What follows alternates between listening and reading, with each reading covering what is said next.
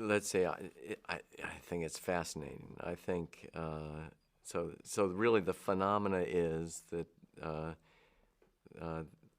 some of these chemicals under appropriate conditions can occasion experiences that map onto the primary religious experience, embedded with personal meaning and spiritual significance. So what's that about?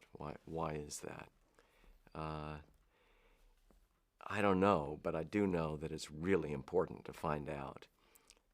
At a minimum, it seems to me, I mean, a part of this experience, one of the things that we haven't talked about is some of the attributes that are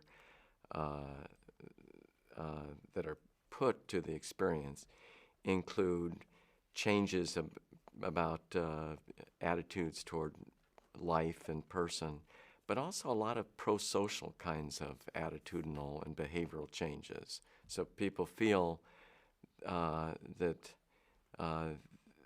they'll report being more generous, they'll report being more sensitive to others, they'll report more of a need for service. And I'm actually quite convinced that we're probing the biological basis of moral and ethical behavior. I think these primary religious experiences really are at the bedrock of the world's religions. I'm a perennialist in that respect. Generally, these kinds of experiences may occur naturalistically or under conditions in which people practice meditation or fasting or chanting or prayer. These kinds of compounds can increase dramatically the probability of these kinds of experiences.